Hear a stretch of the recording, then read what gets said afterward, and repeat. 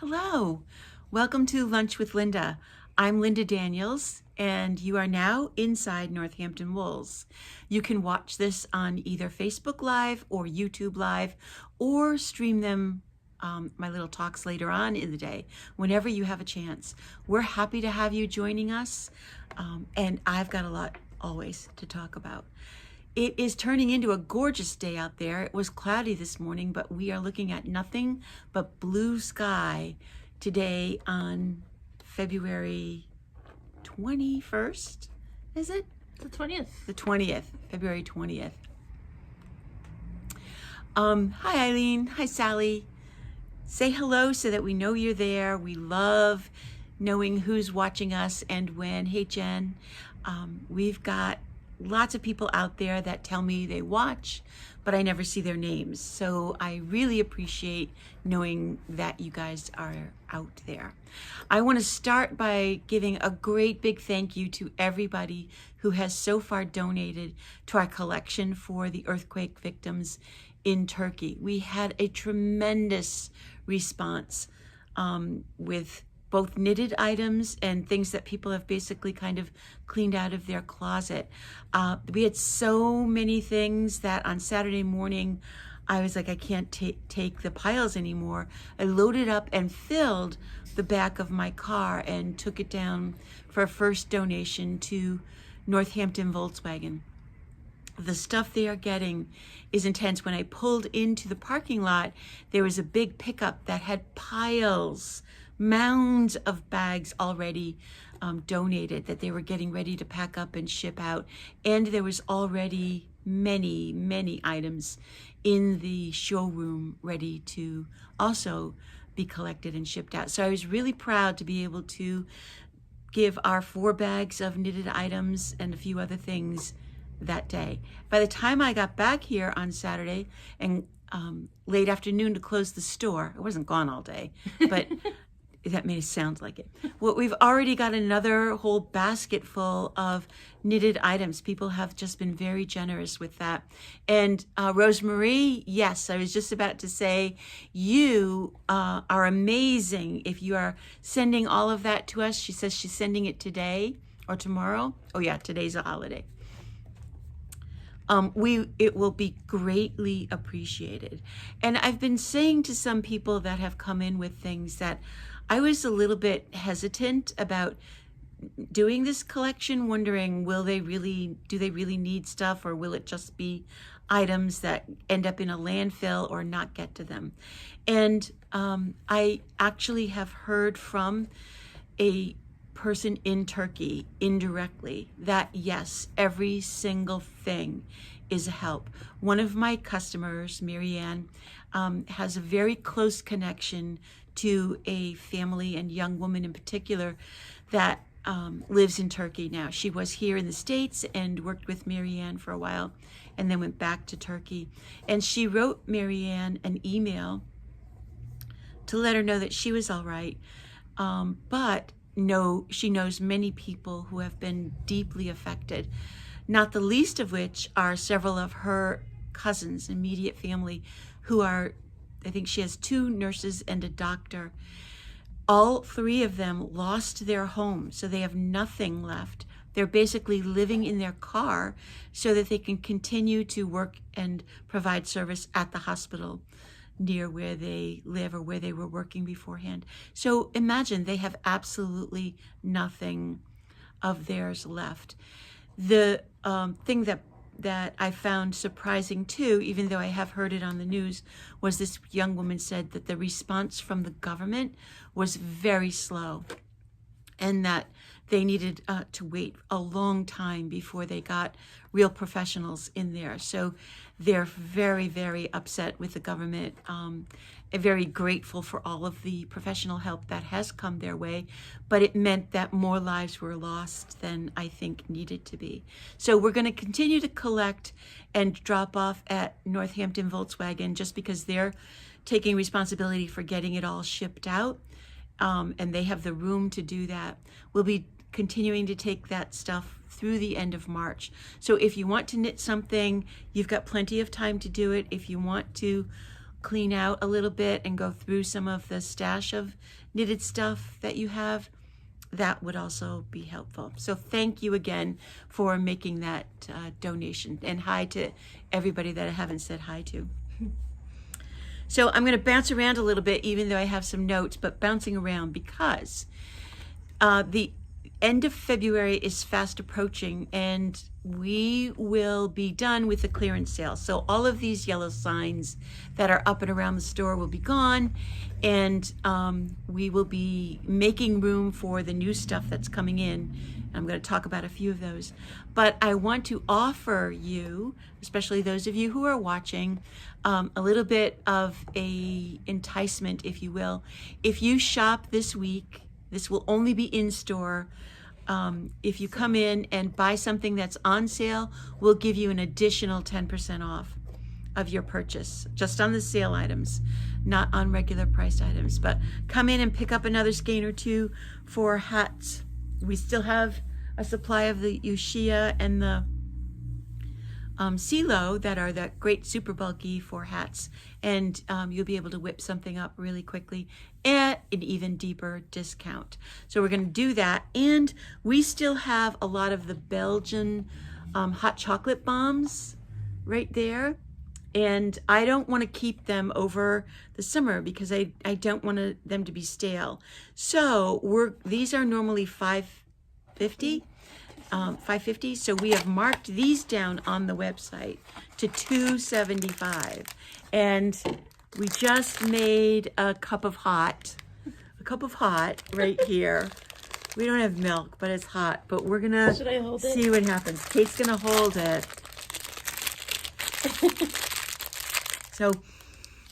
So these are Belgian chocolate. Oh wow! Yeah, big. Look at that. It's really big, and it is. That's what's in it.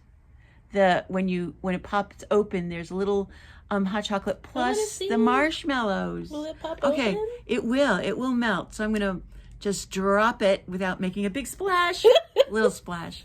And then we wait. And we wait for a few seconds while it disintegrates. This one is just plain milk chocolate. We've got milk chocolate, we've got salted caramel, and I think one other flavor. And what happens is, you can kind of see, the chocolate on the outside melts. Melt. We just have the Keurig hot water. Oh, there, it's bubbling. Oh, it is. And there, it sinks to the bottom. But yeah, you will want to grab a spoon or a fork for me, Kate. And now you can't see it because it's dissolving. Oh, we tried. But we wait now for there it goes. It popped up. It popped up, and now the marshmallows will appear. There they are. Wow. Look at that. It's goopy, but I bet it's good. Oh, yeah, look at that. Once you mix it in.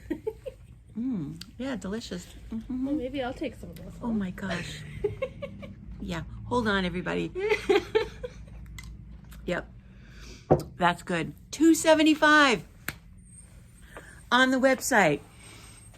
If you buy some, I think our inventory is correct, so we should have the numbers right. We'll throw them in a bag if you want to load up on them, and you can pick them up whenever it's convenient to you. Okay, so I said that I wasn't done talking about ripping out, and I'm not. I'm probably never going to be done talking about ripping out. And you saw me talk about ripping out this sweater. It's finally done. Ripped it out, re-knit it with different colors, and I haven't worked the ends in that I used to bind off. I also have blocked this, and that's kind of what I wanted to talk about today, was what happens when you do rip it out. So when I ripped the yarn out, it's curly. You've seen that happen to yourself. When you rip something out, it gets really curly. And the question a lot of people have is, what do you do with it? Kate brought in a piece that she had started. She had started a sweater out of a fingering weight yarn, and decided after this much knitting that she really didn't like it. She really didn't like the whole process, didn't like the way the yarn was looking in it, didn't like the end results. And so she's going to rip this piece out and see what happens. This has been knit sitting here for a while, for a few months. Yeah. And even though she hasn't blocked it or wet it or anything, just the fact of being knit puts that crimp in the yarn, makes it very, very bouncy and springy. Look at that. It's like curly hair. Okay, a couple of things. I told you last week that when I have to rip something out, I will often put it away, put it aside, let it sit for a couple of days before I actually attempt to rip it out. The other thing that I do, especially if I have to rip something that I've only just begun, like this, and I want to continue to knit, I'm like, okay, I'll just start again. I'm just going to start all over again. I will, you don't mind if I break this yarn? I'll just break the yarn, put this piece in the basket, put it aside. Don't even bother to rip it out. And then just start fresh. It's the same kind of thing. Put it away, let it hide, let it rest, let my time sense disappear of the amount of time that I've invested in it, and then I'm ready to go back to it. I never throw it away because I just might need the yarn. But to start fresh again gives me whole new yarn, and I don't have to worry about the crimping. A lot of places or people will tell you that when you rip the piece out, you should turn it into a hank, meaning that you spin it around so that it looks like a big circle, wet it, and hang it up to take the crimp out of it. Well, you can do that if you want to, but I don't. I will simply turn this into a ball of yarn as I rip, either by hand, or if you have a ball winder, I would rip this right on the ball winder. Put it on the, through the metal thing and hook it on the top, and then just wind and it'll come right out. And then I reknit it. And when you do that, you will see a difference in the fabric that you create. The new fabric will have little crimpy touch to it. That's what happened with the thistle sweater. The top of the sweater had a little bit of more of texture than the body did because the yarn had been reused. But I did not wash it and did not let it hang. I simply steamed this. In fact, I steamed it this morning just before I came. I put my iron on the highest steam setting that I can get. I take a slightly damp towel and cover the fabric so that the wool is protected. And then I just really let the iron steam through for a good 30 seconds or more. That really lets the wool, it's the beauty of working with wool, it really behaves the way you want it to. And now this is just as smooth and flat as it was when it was new off the skein. You can see that there. So that's what I wanted to continue to talk about as far as ripping goes. I did a little, Kate put up that little video of putting the ripped stitches back onto a smaller circular needle, and I was happy to see some of you respond to that and thinking that it was a good idea. So hopefully you get a chance to, not hopefully, I hope you never have to rip a stitch out in your entire life. But if you do, hopefully I've been able to give you some tips as far as that stuff goes. So I also last week showed you this. This is, I had it halfway done. This is Herald by Janina Kalia. And you can find that pattern on Ravelry. And I finished it and really love it. This is the Noona, Nepal. This is the Nepal cotton, linen, and nettle from Pasquale. And I showed you all the colors last week, which I will again. And it took 2 skeins to do this. Oh my gosh, Kate, I need you. Okay. It took 2 skeins of any of these colors. And I'm going to show you how big the shawl is. There we go. 2 skeins of this. So it is exactly 60% cotton, 25% linen, and 12% nettle. made in Italy. A lot of people come in asking for 100% linen. And when we do have 100% linen, as soon as they touch it, they turn around and walk right out the door because it's not a fun fiber to knit with. It's very, it's got its own kind of mind. It does not conform to a knitting needle. This is how big those two skeins are. Really big and just so drapey. I also want to tell you that I put this through the washing machine and the dryer over the weekend. So it really softened up. It made it really nice and drapey.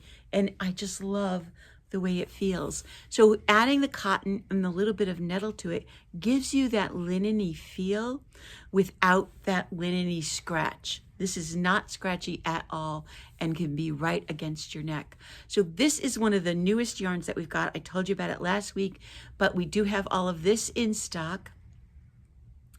And that's one of the reasons why we're getting ready to put this stuff up in inventory and move the sale off the shelves. Yeah. Move it off the shelf so we have room for this new yarn. And you know what we didn't grab? We didn't grab the 16. Oh, okay. Because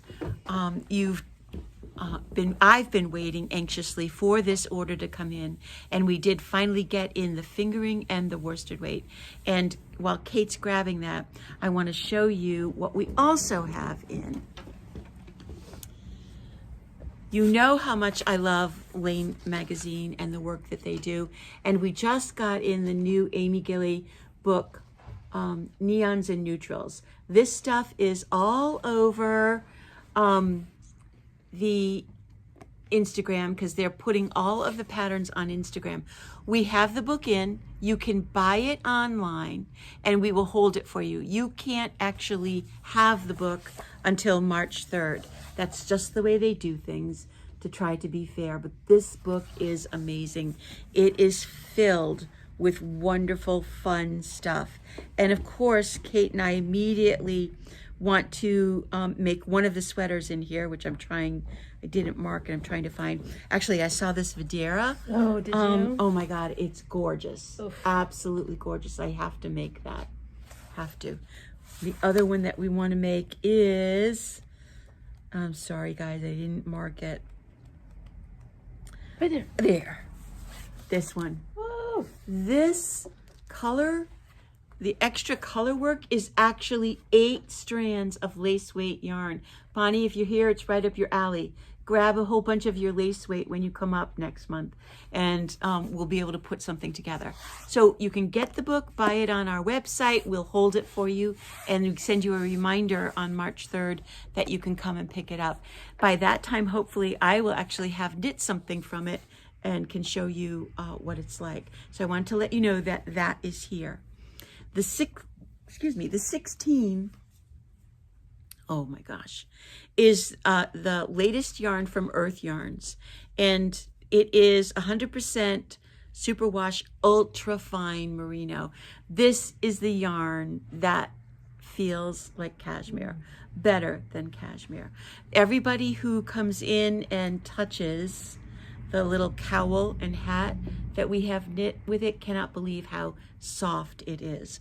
Well, we got in both the worsted weight and the fingering weight, and Kate just brought over the colors of the worsted weight that we have. Even, that's 1/2 of it, and even more. So I'm working on that right away so that we'll have a worsted weight sample in the store in that yarn. But it is delicious, really, really delicious. So you'll be able to see that now because it's out on the shelf, and we hung up all of the fingering weight on the fingering weight yarn in a gorgeous array of colors that are there. 2 more things. We got in, we're back to our monthly or bi-monthly, I can't remember what it is. It's one of those, either monthly or bi-monthly, from Dream in Color, the Smooshy and Cashmere. And she's doing something a little bit different this year. If you have been watching Ravelry or follow Madeline Tosh, They have been talking about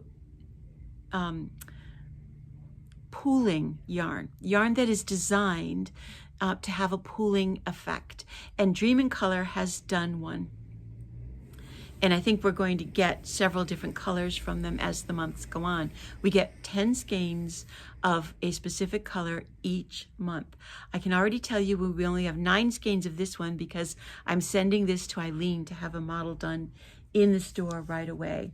This is the scarf pattern. And what we mean by pooling is you can see that there's this little bit of blue against, in this case, a background of mottled green. And when it knits up, this particular pattern looks like little daisies. And then they also did a cowl where they used the contrast color to really accent the stripes. But when I opened the bag, and I was gonna do it on live, but I couldn't wait. I had to open it to see what it looked like. Oh my God, guys, I love Dream in Color.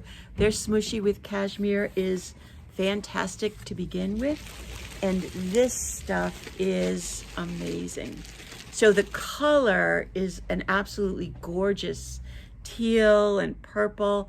And then we get this shot of my favorite color, that really sharp green. And that sharp green is what will make the little flowers against a background of the blue and turquoise and teal. I cannot wait to see this in person. Eileen, this is the first thing I want you to make. I'm sending Eileen a little box of stuff, but this stuff is just wonderful. The Smooshy with Cashmere has that 10% cashmere in it, merino wool. Look at the colors. She does such an amazing job of dyeing. It's just really, really beautiful.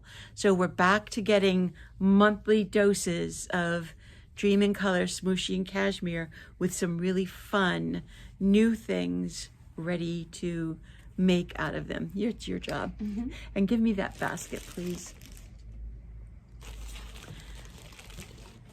So then I wanted to show you Amanda's sweater. So Amanda left this baby sweater with me to put the buttons on and do the finishing.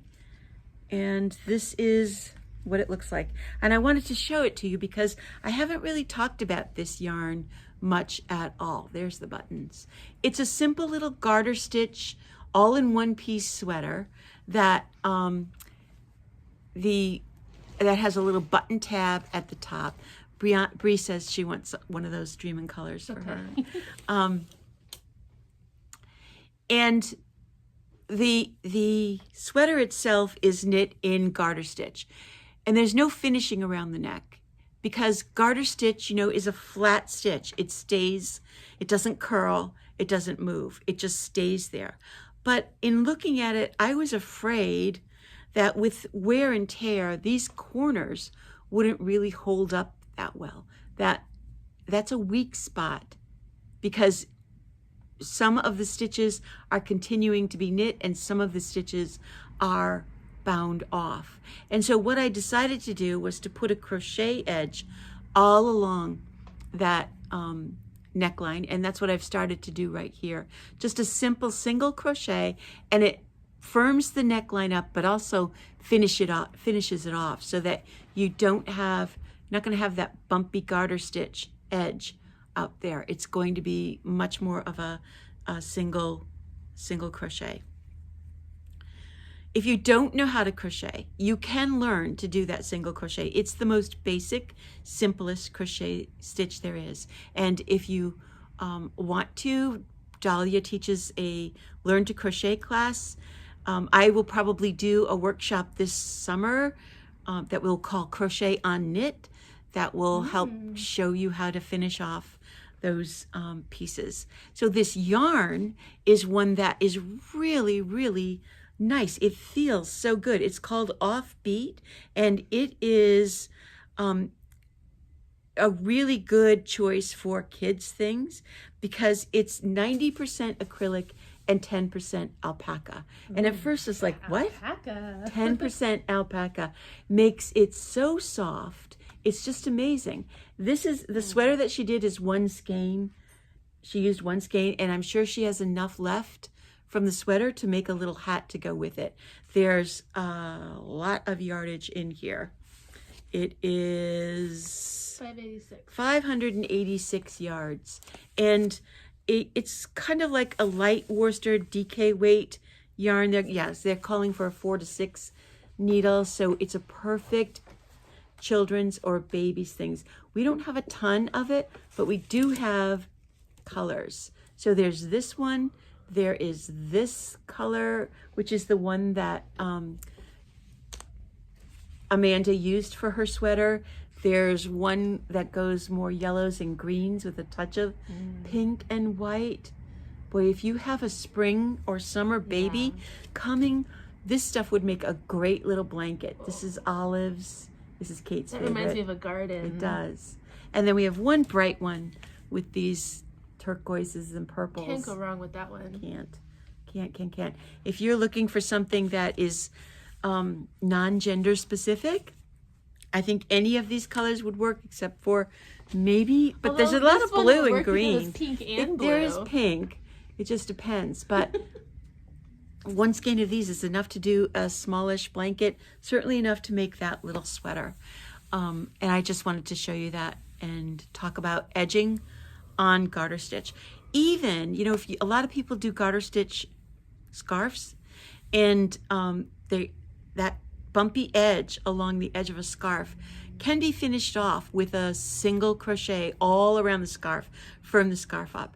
And if you are starting a garter stitch scarf, my tip for you would be to slip the first stitch of every row. Simple enough. Just slip the first stitch of every row, and that will give you a very smooth edge and keep all the garter stitches in the middle flat and non-curling.